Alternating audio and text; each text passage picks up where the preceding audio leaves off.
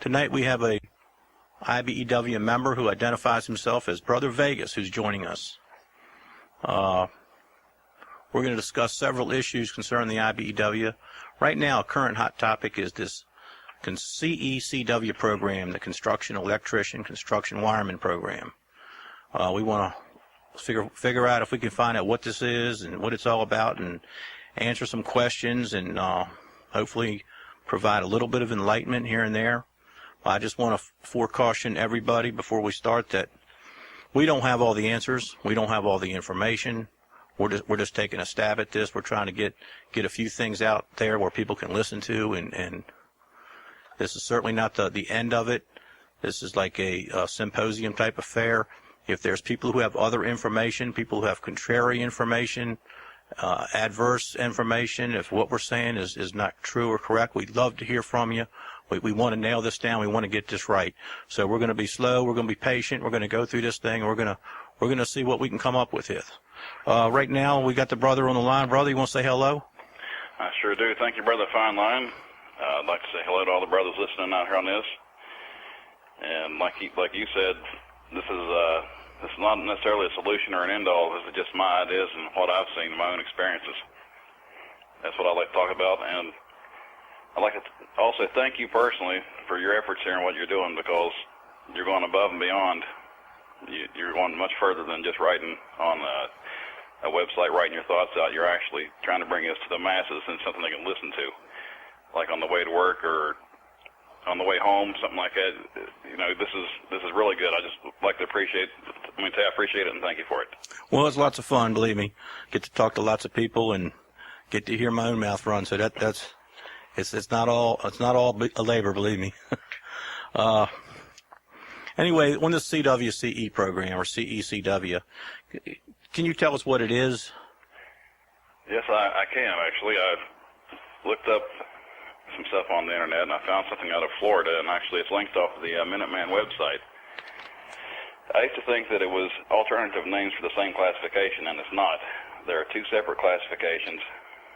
One of them is a construction wireman, one of them is a construction electrician.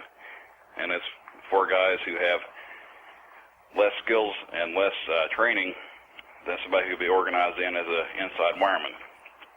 It's, well, I'll give you an example here. The construction wireman goes anywhere from 40% of the inside wireman's rate to 60%. They top out at 60%.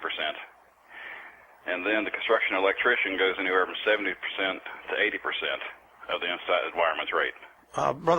Brother Vegas, I mean, that's the insidious part of the whole thing to me. It's identified as two separate classifications, but if you read the fine print, it appears that one is like an apprenticeship for the other. Somebody can start at entry level and be called a construction wireman at 40% of scale and work 1,000 hours or so, then become a CW2, CW3. Is that what you're reading? That is what I'm reading, and okay. I'd like to know how this differs from an actual apprenticeship. I'm just wondering, is this really, it's just one classification disguised as two? That's what it looks like to me. A CW starts out at entry level, works his way up, and comes at the other end a CE, and at that point he has an opportunity to upgrade to the journeyman level, I think after 14,000 hours or something, and it looks like they've turned a 4-year apprenticeship into a 7-year apprenticeship. Yeah, kind of like an indentured servant. Okay, if you want to go there. Well, not only that, I can't help but just notice the smack in the face we get on this, because they start out as a wireman and become an electrician. Okay, if you're organized into the IBEW, you start out as an electrician, you become a wireman. I think even the terminology is an insult, but you know, maybe I'm nitpicking here. I don't know.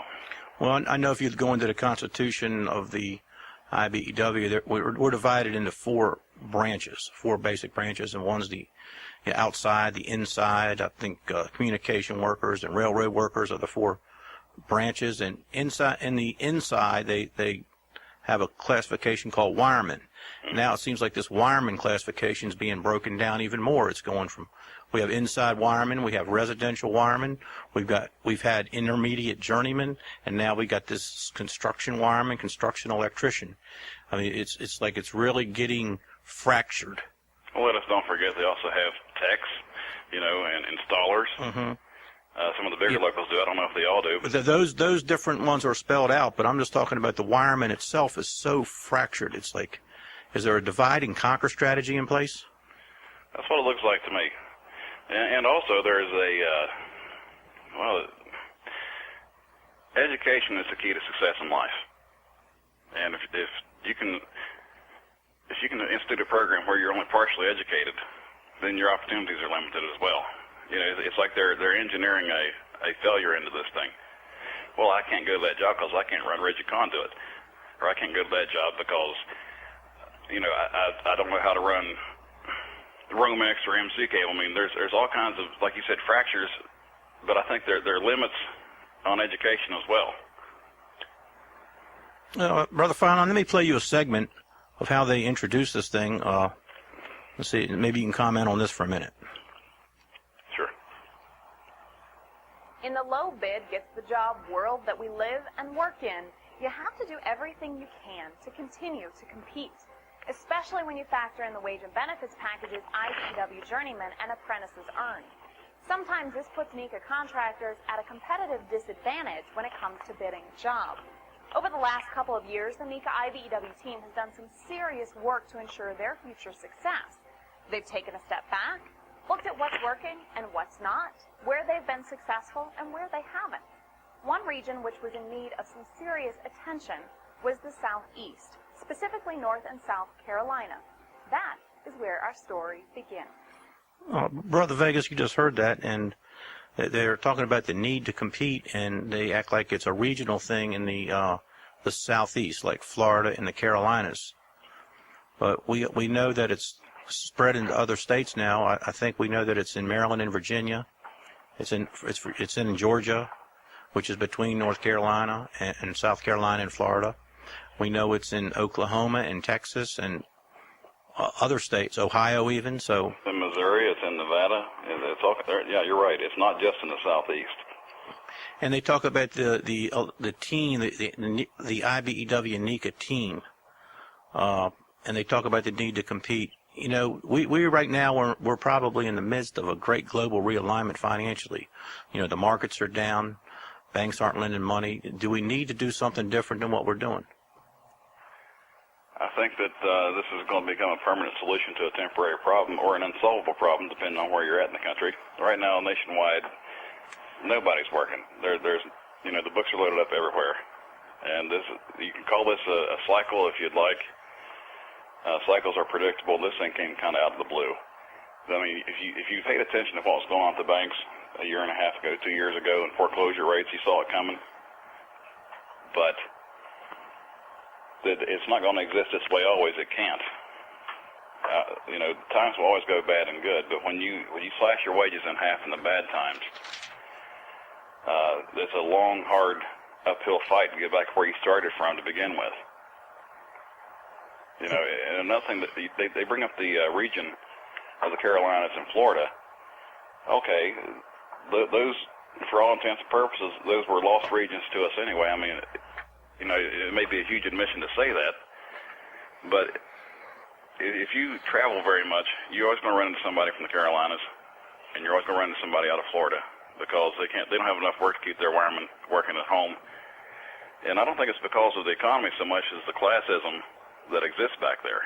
You know, everybody wants to, you know, point fingers and say that the IBEW makes too much money. Well, in whose mind and in whose eyes? You know, the IBEW is designed to give us a better quality of life, a better wage. Okay. And, you know, okay, go ahead. I think I'll follow what you're saying. In the interest of collective bargaining, and the idea is that, you know, people determine their wage rates in their local areas. It seems like there's some higher force that's determining the wage rates in the local areas of North Carolina and South Carolina and Florida and the other states that are now involved. What does this do to collective bargaining at the local level when somebody has a conference in some place like, say, Scottsdale, Arizona, and tells the people in Florida what they're going to do? Oh, it splits up cohesiveness. And it seems like the people in those areas, that they have no control over what's in their agreement, and they're the ones that are responsible for the collective bargaining. That's That's right. We're the ones who built this union. Of our efforts, our sacrifices, and on our backs. And they come around and say, well, you're getting paid too much. Okay, and another thing, they talk about the competitive,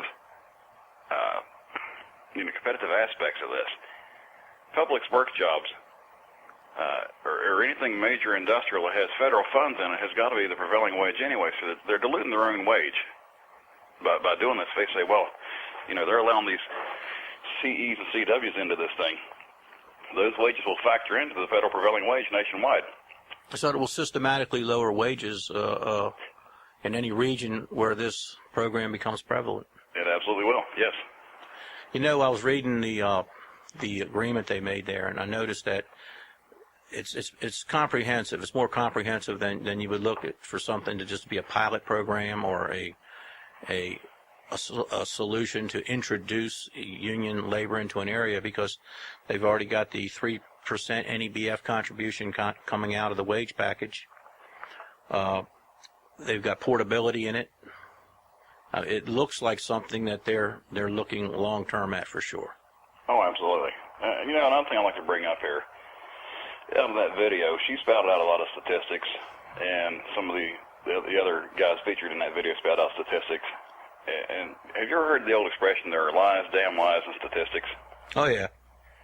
Okay, well, if they say our membership has grown by 32% in the Carolinas, okay, well, 32% of how many? Let me play that to you, part of it to you, in fact, because I think that's an interesting point. Let's nail that down for a minute. Are you ready for this? I sure am. Since the Carolina Initiative began, IBEW's membership numbers have gone up by 32% in both states. We'll be right back.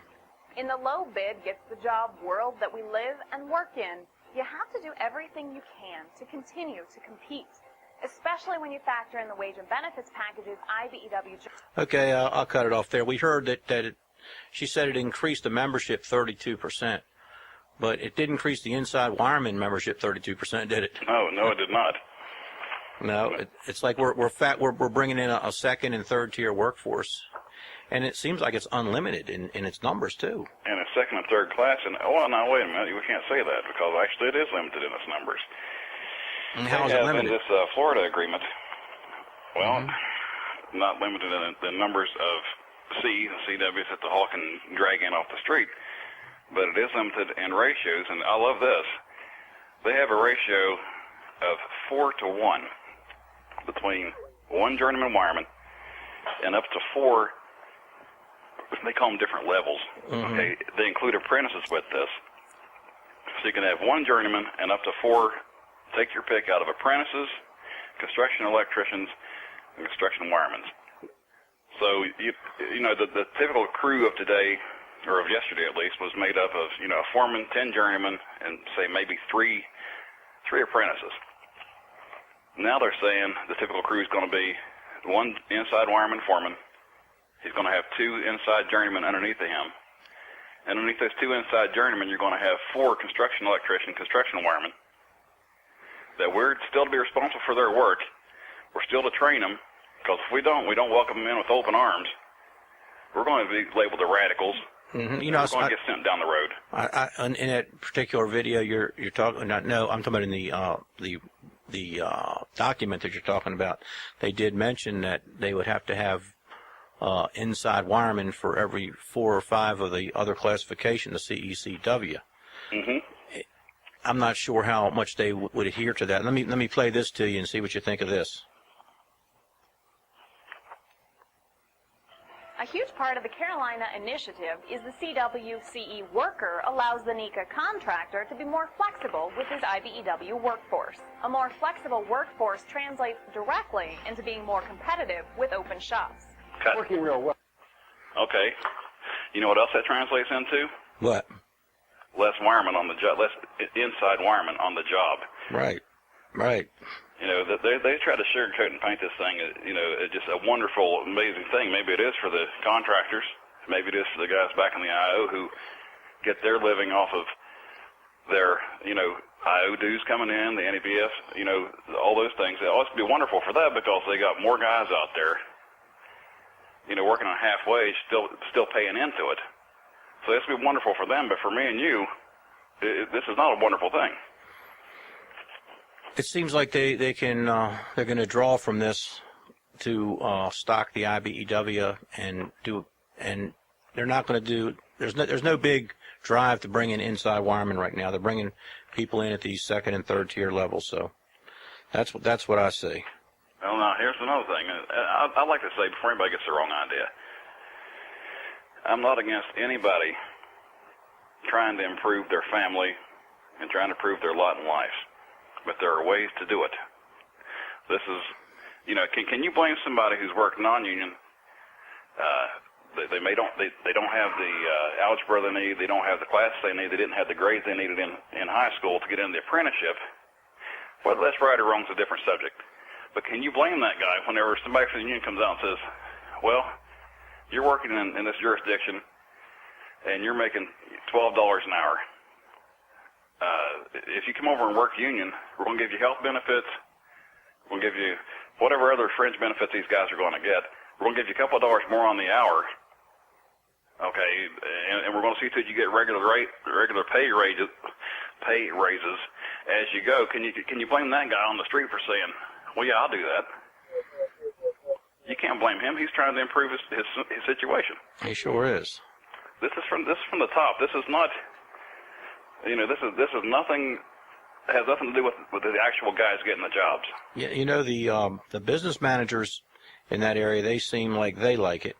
Let me just play this to you a little bit again. You can talk to any of our contractors, and they'll say they are more competitive with this tool. It's a very valuable tool, I think, and I think they like it. I'm sure the contractors do like it, but he didn't sound like he was very opposed to it either. No, he didn't. I saw that guy. Mm-hmm. I wrote that in my notes, too. You're absolutely right, and nobody's had anything negative to say about this. This is not a real discussion of this. This is a commercial for it. Right.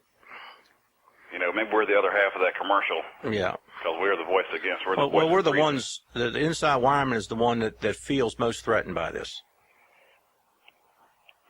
And damn well we should. No, I think so. Yeah, for sure.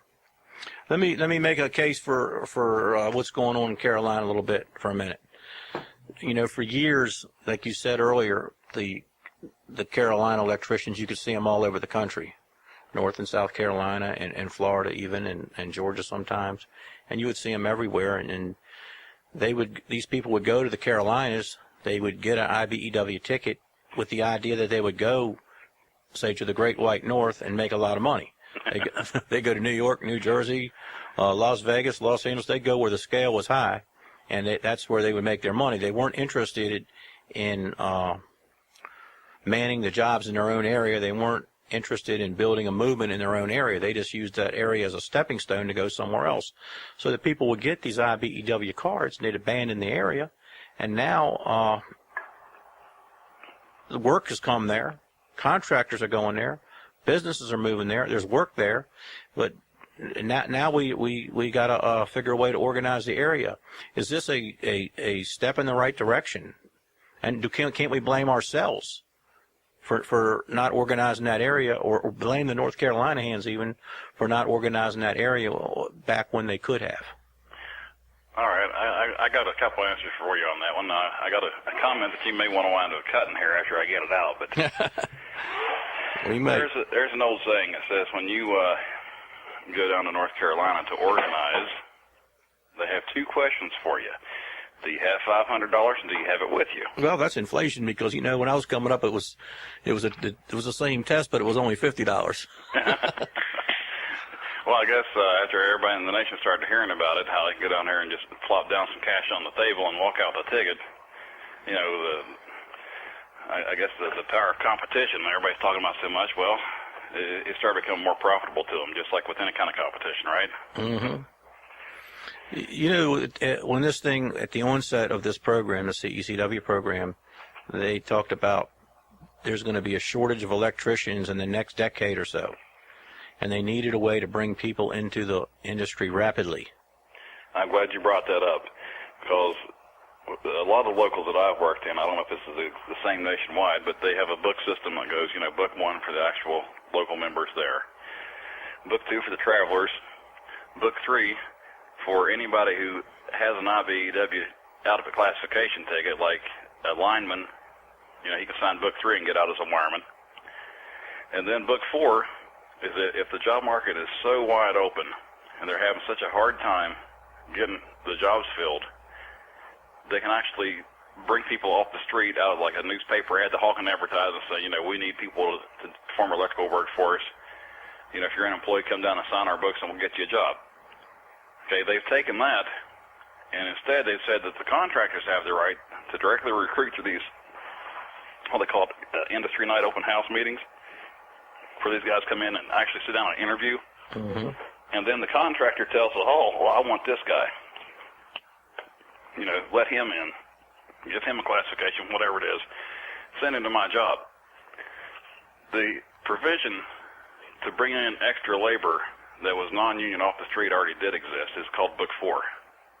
So this is a sleight of hand or a distraction. They're playing this like they didn't have enough labor and manpower, but they did. They just didn't exercise that option because they wouldn't give a permanent status to a half classification. Okay. That's what this is really about on that. Okay. It seems like that the IBEW, with these new programs and these incentives to recruit people at any cost and giving the NECA contractors a free hand and picking and choosing who comes in, and it's like they're setting themselves up more as an employment agency than a collectively bargaining type of union. Well, let's don't forget that the amount of money that the IBEW locals make is determined by the wage packages. So, okay, they'll argue and bargain for us to get better living because it improves their standard of living. But yeah, you're right. As far as going out and representing. The question was before we had this malfunction here was that there was the IBEW starting to resemble more of an employment agency than a union. It seems like collective bargaining. We're not really in a collective bargaining mode anymore. We're in an employment agency mode. The contractors can pretty much do anything they want, and they do. And it's a top-down run organization. It's not a grassroots rank-and-file organization anymore. Is this a fair statement? That's absolutely a fair statement. Yes. You expressed it better than I could have. All right, let me just play this thing now because this is part of the advertisement that you called it, right? The video. Let me play this segment here that says something about that. The Carolina Initiative has given the NECA contractor the ability to choose who they want to work for them during a one-on-one interview with these new workers, after a little legwork has been done by the IBEW. There's a number of people that are looking to better their lives in the industry as workers, and our contractors from NECA are looking for more skilled people to help them man the jobs that are here in the Carolinas. This is a good joint effort between NECA and IBEW. We as contractors are here to interview these applicants and try to get them into some semi-skilled work areas that can help better their bottom line for their jobs and their projects, and help the IBEW show what benefits it is to be a part of the organized labor movement. We go out and visit all these open shop job sites and invite these people that are working at the trade to come out generally on a Thursday evening after hours and interview with a number of electrical contractors. And we don't promise them jobs, we just promise them opportunities. It's like a job fair, and sometimes there's hundreds of guys that come in that I get to interview, and then from that night I can pick just the cream of the crop or find the guys that fit my needs. If I needed a specialty operator or someone that does warehouse work, office build out, tenant improvements, then I can interview guys that specifically have done that type of work, and that's what I'm looking for. Once these CWs or CEs are brought into the IBEW and find their slot or level, they can choose to stay at that pay scale or join the apprenticeship program. Since the Carolina Initiative began, IBEW's members... Okay, so we just heard that. It sounds like the IBEW local unions down there, they're sending people out to the non-union shops. They're recruiting people and telling them come to a job fair. And at the job fair, you have union contractors there who interview them, and they kind of pick from them who they might like to call from the non-union shops. Yeah, well, let me give you an analogy on this. Okay. In order for somebody to come to America, they have to go, legally, they have to go through their citizenship process, their citizenship test, and all that kind of stuff. How is it that George Bush proposes the exact same thing for illegals, giving them amnesty, saying, oh, we need the cheaper labor rates and all that kind of stuff. And everybody's up in arms about it, but the IBEW International comes in and says, oh, let's do this. Let's bring these guys who used to, cross your gates, cross your pickets. They were illegals then. Let's bring them, give them amnesty, and still give them half your wage. They're still going to compete with you, even though they're not within the gates. The bar bands are in the gates, and they're under our protection too. And we're creating a split in the rank and file. How is it better whenever the IBEW instead of George Bush? So you had a point about comparing George Bush to what they're doing in the IBEW right now. Yeah, and the hypocrisy of it, yes. In this country and this world, we watch the news, we listen to the radio, we watch TV, we read the newspapers, and we go on the internet, and we keep hearing about we're having this global economic collapse, and we listen to our elected servants, the people running for office. They're talking about change and how they're going to stop this and that, but what we're seeing is that the CEOs of companies, the banking industry, the insurance industry, the health insurance industry, they're apparently more powerful than anybody that we've got in office right now. They're more powerful than the president. And the top CEOs of these corporations, they seem to wield this power with unaccountably. Why would we expect anything different from the top brass of an international union as big as the IBEW? Because there's one. Why can't? As a theoretical, why would we expect? Well, let me. I know it's a tough question. It's a broad question. If we can't bring our own politicians to do our will in Congress at the Capitol, how can we, the rank and file IBEW members, have our will, have our people in the international office do our will, or do what's best for us there? Isn't this across the board? This is something infecting the whole country, the whole world. Yes, it is. And anytime you expect the guy above you to be your savior or your messiah, you're hopelessly deluded anyway. But the difference is, the IBEW, in theory, we have a voice. And it's not a split party. It's not Democrats, Republicans, or whatever. It's one party. It's the IBEW, and that's it. Okay? We don't have one man, one vote. If we had OMOV, then that would definitely correct the problem real quick. But we can't have that either.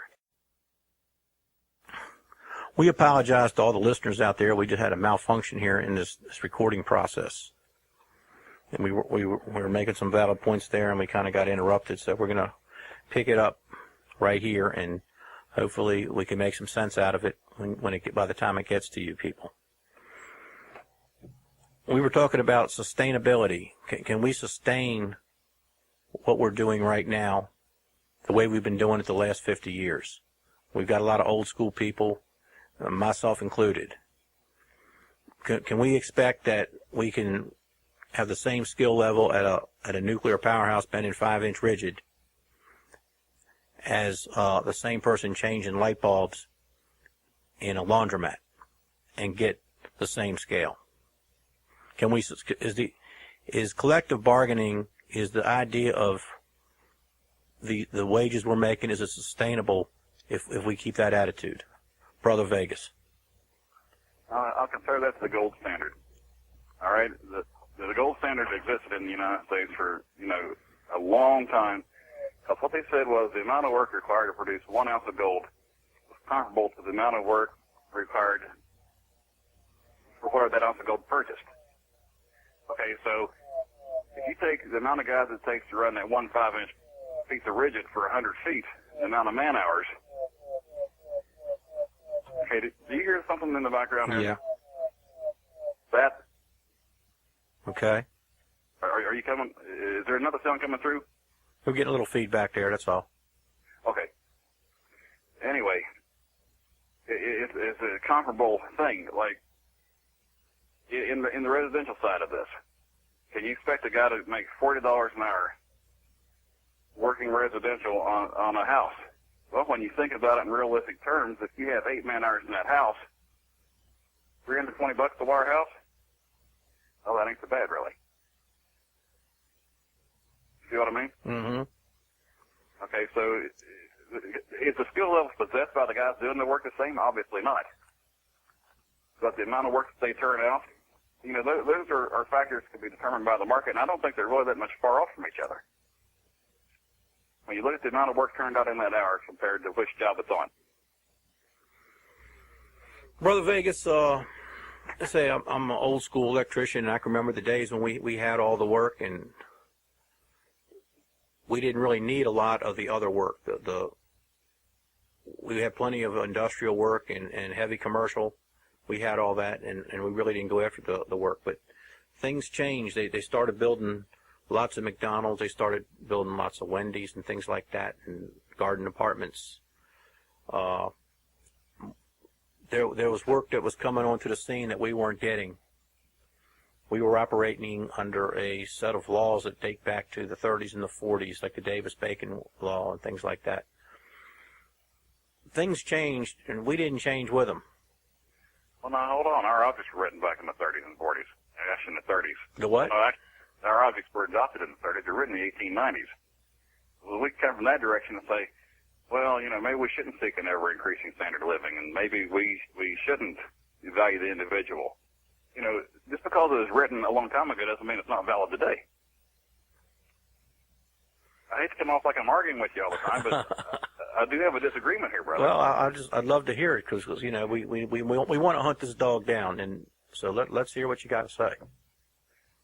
Well, all I'm saying is,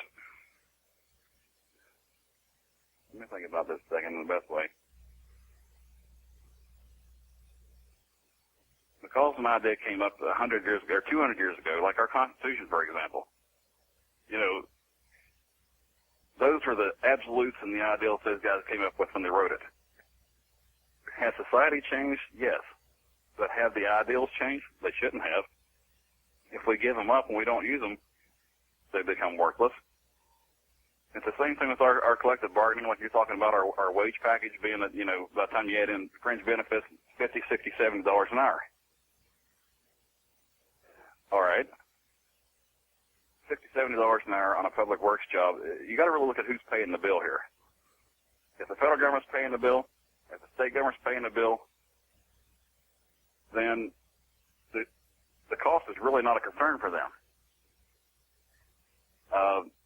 Your average mom and pop, or a young couple just got married and they're turning maybe $30,000 a year into their house. Are they going to have a problem with hiring me for $40 an hour for 3 months? Yeah.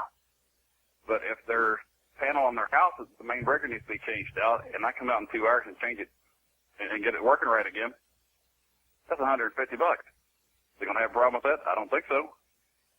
Another thing is the nature of our work is temporary. We don't have jobs. We don't have a career. We have work. Our time off is factored into that as well. Okay. There's a lot of ways to look at this thing besides, the evil inside wireman is the scourge of the earth and he's the problem of all our economic problems here. Nobody else is proposing taking cuts. Oil hasn't taken a cut. Energy hasn't taken a cut. Food hasn't taken a cut. You know, retail goods haven't taken a cut. So I don't think that we should be the chosen boy sacrifice guy. Yeah, we don't want to. We would rather be the cause of inflation than the victims of it. I'd just rather have a decent life. Yeah. And cutting mine in half doesn't give me a decent life. Yeah, I understand. You know, you train to be an inside wireman. You expect to be working as an inside wireman. You know, today I was saying on TV where the president, Barack Obama, was down in Georgia, and they announced the building of 2 nuclear sites down there. Did you see that? I didn't see that. That could open up a whole new era of work for the industrial electrician. Sure it could. That'd be great. I mean, right now we're looking for some big place, like some big work like that to show up, so we would have a place for our people to go. If they start building those around the country, that would sure help. Now, another thing we was talking about earlier, maybe this is before the tape ran out on us because we're kind of long-winded here, Yeah. but we talked about the difference between a guy working on a nuke at a $75 an hour wage package versus the guy working on a house at a $75 wage package. Yeah, I was just trying to lead up to that. Well, if we turn out the amount of work, like on a nuclear powerhouse at 5-inch rigid, well, for starters, we want to go find the rigid. We want to go somewhere and find the threaders, find the benders. The job's spread out over a half a square mile.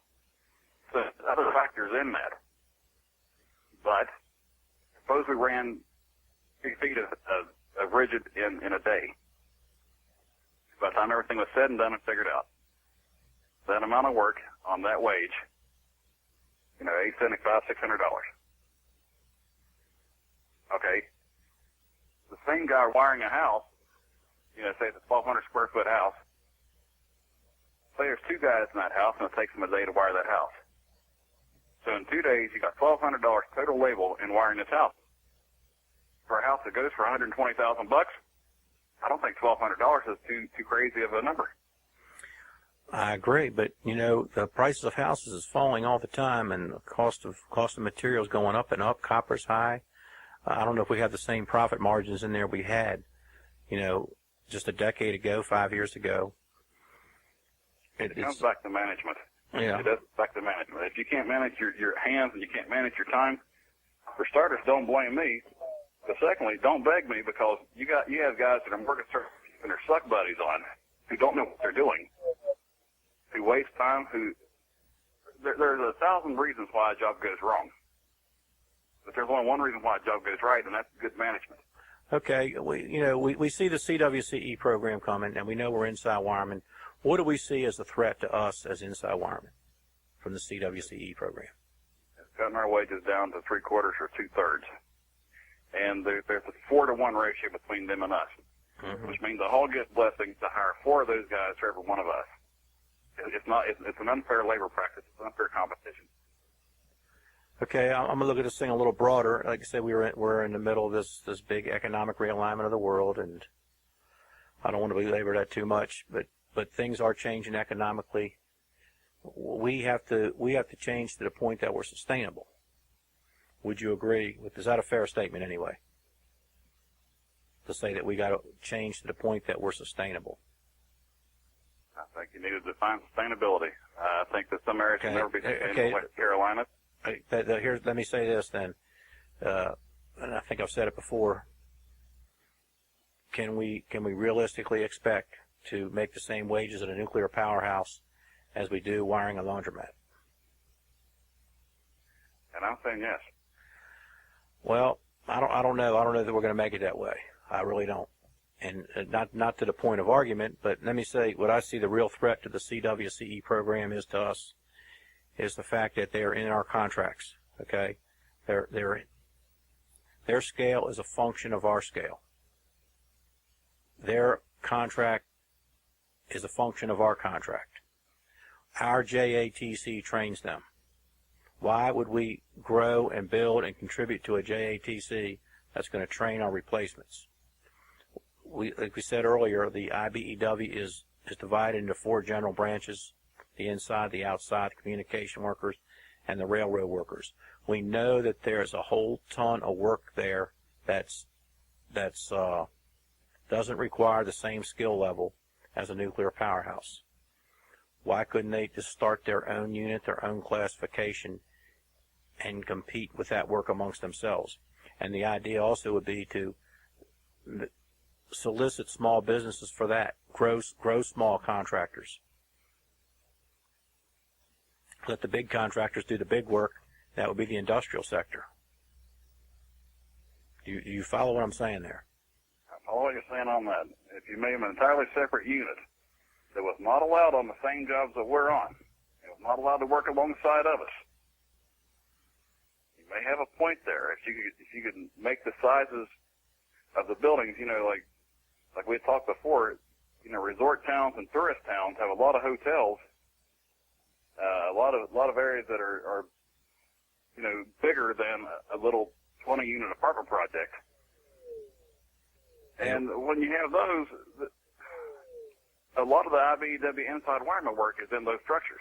Okay, so we're talking about something like you have a Radio Shack, or a Circuit City, or a Subway, or a Kohl's department store.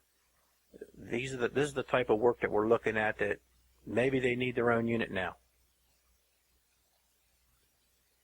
That's valid. And if that doesn't happen, another thing we need to do is build in the mandatory upgrade. If we give these guys a sub-journeyman status, then we need to make them within 2,000 hours or 3,000 hours, depending on what their skill level is when they come in. They have so many hours of work, and then they either have to take the journeyman inside wireman test and pass it, or take it, fail it, and stay off work for a couple of weeks. They study up and they get past it, or they can't work in the union anymore.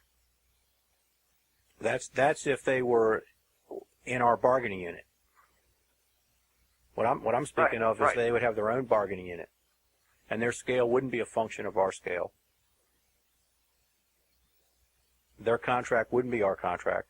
Their JATC wouldn't be our JTC. If the IBEW recognizes they need a new branch of workers, a new classification of workers, they should have a separate bargaining unit for them. That's not what they've done here. What they've done is, I see what you're saying. That's a good point. What they've done is they've put their language in the inside wireman's agreement and made a straight line from a CE to an inside wireman. But we know what's going to happen. We know that there's going to be a whole lot of CECWs and not a whole lot of inside wiremen in about 10 years. We're going to see CECWs doing the industrial work. We're going to see them doing the nuclear powerhouses, the refineries, the things like that. That's the big damage here. They're starting off. It sounds like a nice program to get a lot of small work, and they identify all this small work, but we know in the long run where they could wind up just because they're in our contract. Right now they're saying a 1-to-4 ratio. What do you expect in about 10 years then? If you had a 4,000 man local, you'd have say 3,500 CECW types and maybe 700 or 800 inside wiremen.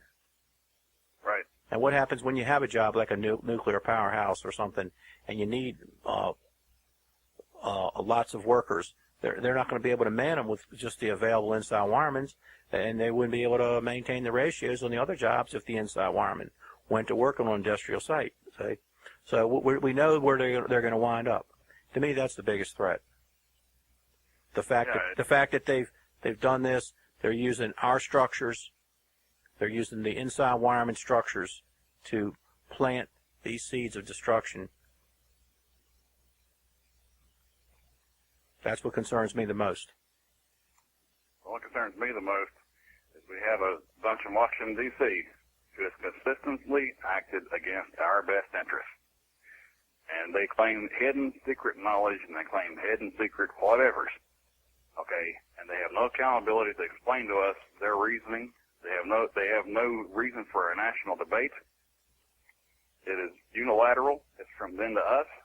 And we have no say-so in the matter. That's the problem that I see over all of this. So you feel like the doors are closed to you there, huh? Absolutely. I think that your feelings are felt throughout the IBEW. Why do we feel so powerless? It goes back to classism, brother. You can call it politics, you can call it whatever you want to call it. But if a guy like me or a guy like you's on a job, and we demand that the outhouse gets cleaned once a day and cold water and a hand wash station, we're the radicals and we're sent down the road. But we don't put our eyes down, our mouths shut, our tools on, and our dues paid. Okay. So anyway, I think to sum up, we see a CWCE program coming. We see it getting entrenched. We see it coming with some very innocuous interests, like doing some of the less skilled work. but we also see it as a threat because we see that they're becoming part of our trust funds, the NEBF for sure, the pension, annuity, health and welfare to follow. We see their scale as a function of our scale. We see them working on the same jobs as us. And that's probably the most threatening thing. We know that eventually that they're like a small wave right now, but in the long run, there are replacements, and that's what we see. That's what I see. And on the other hand, if we saw them in their own units or another branch of the IBEW where they did not work on the same jobs as us, where they weren't contributing to our trust funds, where our JTC wasn't training them, and they would be like a friendly nation to us at that point. They'd be IBEW members, and they have their own separate bargaining unit and everything else.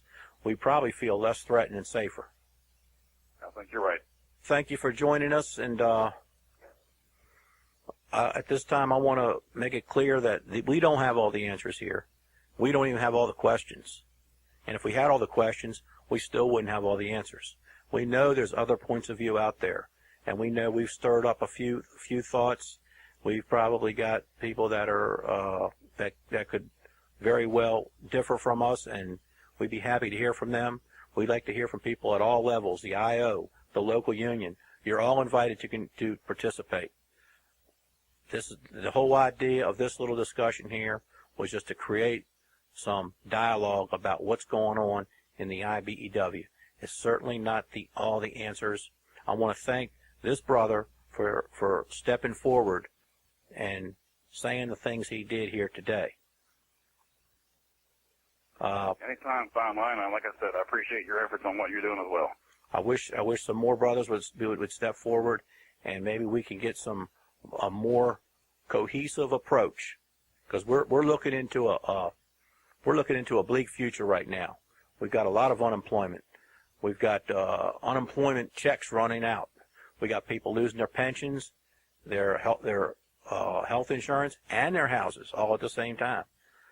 We need some dialogue. We need some thoughts, brothers, and we need the people higher up to hear us, and we need them to talk to us. And we're talking to you. We're talking to you from here. We need you to talk back, and we're waiting for some answers. That's this edition of the Forum Response.